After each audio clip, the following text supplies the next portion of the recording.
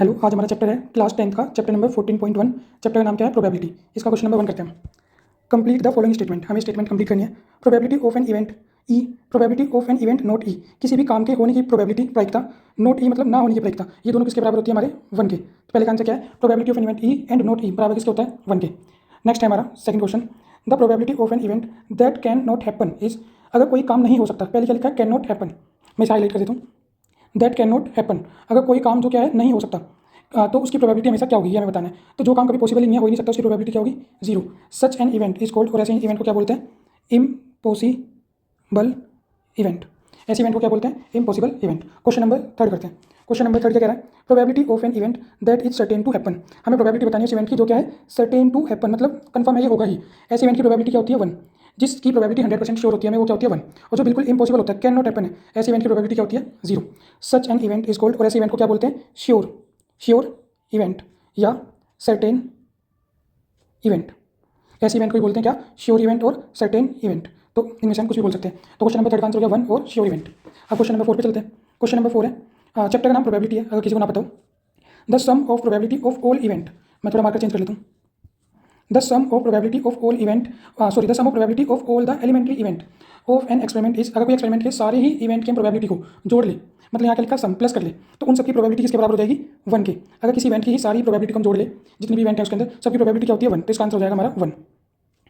अगला नेक्स्ट है, probability of an event is greater than और इक्वल टू, किसी भी इवेंट की प्रोबेबिलिटी ग्रेटर देन और इक्वल टू किसकी होती है? 0 के। And less than and equal to, और कम किसके होती है? 1 से। तो हम कह सकते हैं कोई भी इवेंट है उसकी प्रोबेबिलिटी या तो 0 होगी या 0 से क्या होगी? ज़्यादा। क्या लिखा है? इक्वल और ग्रेटर, या तो 0 या 0 से ज़्यादा। लेस देन और इक्वल, या तो 1 के बराबर होगी या 1 से क्या होगी? कम होगी। तो हम कह सकते हैं जो प्रोबेबिलिटी है वो हमेशा 0 से या तो बराबर होगी, ये निशान होता है बराबर का, और ये होता है ग्रेटर देन का। और हमेशा या तो छोटी होगी या बराबर होगी 1 के। प्रोबेबिलिटी में ये लाइन बहुत ज़्यादा इंपॉर्टेंट है, याद रखनी है हमेशा। प्रोबेबिलिटी 0 या 0 से ज़्यादा, और हमेशा 1 या 1 से क्या होगी? कम। तो ये लाइन याद होनी चाहिए। Question number second. Question number second है, क्वेश्चन नंबर सेकंड है, which of the following experiment have equally likely outcome. किसके अंदर इक्वली लाइकली आउटकम है और उसे एक्सप्लेन करना है। अगर नहीं है तो, जैसे पहला क्वेश्चन है हमारा, फर्स्ट क्वेश्चन क्या कह रहा है? A driver attempt to start a car, the car start और डज नॉट स्टार्ट। एक ड्राइवर है, वो किसी कार को स्टार्ट करने की कोशिश करता है, तो कार या तो स्टार्ट होगी या नहीं होगी। तो बताओ कैसा इवेंट है? तो हम क्या बता सकते हैं? First, it is not equally likely outcome because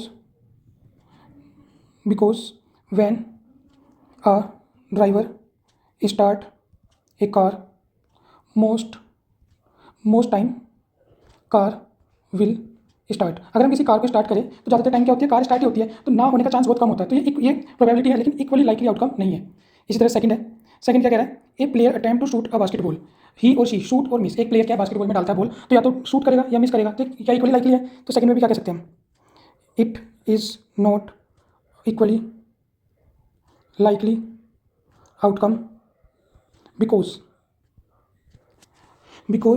shoot, या एक सेकंड बस, बिकॉज शूट्स और मिसेस मतलब मिस कर देना, will depend on player ability. मेरे ख्याल से मेरी राइटिंग शायद समझ आ रही होगी, इतनी बेकार नहीं, बाकी मैं बोल भी रहा हूँ साथ साथ। अगला नेक्स्ट क्या है?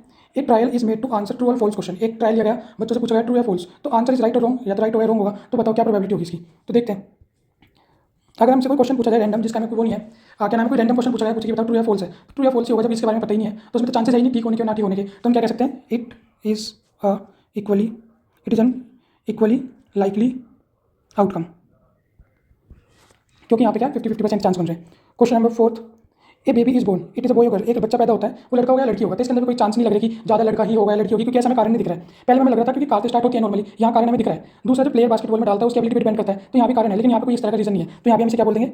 It is an equally likely outcome. तो ये भी क्या इक्वली लाइकली आउटकम है। तो क्वेश्चन नंबर सेकंड हो गया। चलते हैं क्वेश्चन नंबर 3 पे। क्वेश्चन नंबर 3 क्या कह रहा है? Why is tossing a coin consider to be fair way of deciding which team should get the ball at the beginning of a football game. जब एक फुटबॉल गेम होता है तो एक कॉइन को टॉस किया जाता है कि पहले बॉल किसे मिलेगी, तो हमेशा जो कॉइन को टॉस किया जाता है इसे फेयर क्यों माना जाता है कि हाँ भाई ये दोनों को इक्वल चांस दे रहा है? ऐसा क्यों होता है? तो क्यों होता है इसका आंसर होगा व्हाइट कलर से लिखते हैं। When we toss a coin, when we toss a coin, there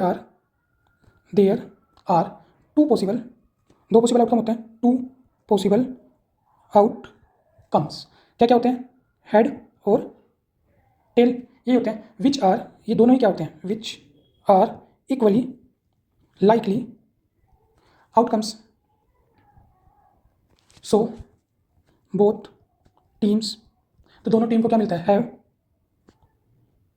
equal chance to get the poll. तो जो पोल को लेने के लिए दोनों टीम को क्या मिलता है, इक्वल चांस मिलता है। हम चाहे तो यहाँ पे करके भी दिखा सकते हैं, जैसे हमने कोइन उछाला, अगर कोई टीम हेड मांगती है तो हमें पता है अगर कोइन उछालते हैं तो दो आउटकम होते हैं, हेड और टेल, यही दो आउटकम होते हैं। तो अगर कोई टीम हेड मांगती है, हेड कितना है यहाँ पे एक, टोटल आउटकम कितने हैं, दो, तो चांस कितना होगा उसका 1/2, 1/2 क्या होता है हमारा 0.5। अगर कोई टीम टेल मांगे, टेल भी एक है, टोटल आउटकम दो है, तो यहाँ पे हमारा किसके बराबर हो जाएगा 0.5 के। तो यहाँ पे हमें क्या दिख रहा है, इक्वल आउटकम मिल रहा है, तो इसलिए हम क्या करते हैं, टॉस को उछालते हैं। अब चलते हैं क्वेश्चन नंबर 4 पे। क्वेश्चन नंबर 4 क्या है, which of the following can not be the probability of an event. इसके अंदर से कौन सी किसी भी इवेंट की प्रोबेबिलिटी नहीं हो सकती। मैंने इस क्वेश्चन में फर्स्ट में लाइन लिखवाई थी, जो प्रोबेबिलिटी हमेशा 0 या तो उससे बड़ी या इसके बराबर होगी, और हमेशा एक से छोटी या एक के बराबर होगी। प्रोबेबिलिटी हमेशा किस किस के बीच में लाई करती है, 0 और 1 के बीच में। हम ऑप्शन नंबर फर्स्ट देखते हैं। ऑप्शन नंबर फर्स्ट कितना क्या करा हमें, 2/3। 2/3 हमारा किसके बराबर होता है, अगर मैं इसे डिवाइड करूँ तो क्या होगा, 2 या 3 पॉइंट लगाया, 0 लिया, 3 6 18, फिर 2 आया, पॉइंट है 0, 3 6 18, ये रिपीट चलता रहेगा 0.67 के। ये तो ऑप्शन नंबर ए था। ऑप्शन नंबर सी चेक करता हूँ मैं, 15%। 0.67 किसके बीच में लाई कर रहा है, 0 और 1 के बीच में, ये तो प्रोबेबिलिटी हो सकती है। 15%, 15/100, ये किसके बराबर होगा हमारा 0.15 के। तो ये भी 0 और 1 के बीच में लाई कर रहा है, तो ये भी हो सकता है, पॉसिबल है।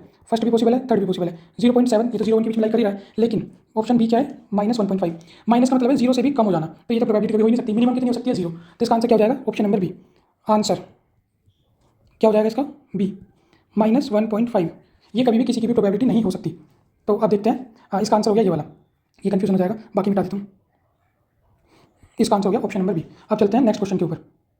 नेक्स्ट क्वेश्चन है हमारा, probability of an event is 0.05, what is the probability of not an event, या पी नॉट ई। हमें पता है, सबसे क्वेश्चन नंबर फर्स्ट का फर्स्ट ही था, इसका करते हैं।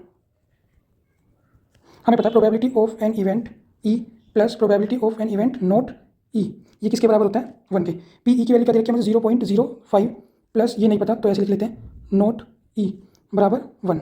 तो यहाँ से पी नॉट ई बराबर 1 माइनस 0.05, तो ये किसके बराबर हो जाएगा हमारा, 1 में से 0.05 बता देंगे तो 0.95।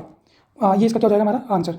बहुत बच्चों को कई बार कंफ्यूजन होती है माइनस करने में, वैसे बेसिक है, फिर भी देख लो। 1 को मैं ऐसे लिख सकता हूँ, 0.05 को मैं ऐसे लिख देता हूँ। अब यहाँ क्या करते हैं, माइनस करते हैं, 10 में से 5 गए 5, यहाँ बचा 9, 9 में से 0 गए 0, एक का तो यहाँ जा चुका था, पॉइंट के नीचे पॉइंट, तो ऐसे आता है क्या 0.95। तो इसका आंसर हो गया हमारा ये। नेक्स्ट क्वेश्चन पे चलते हैं।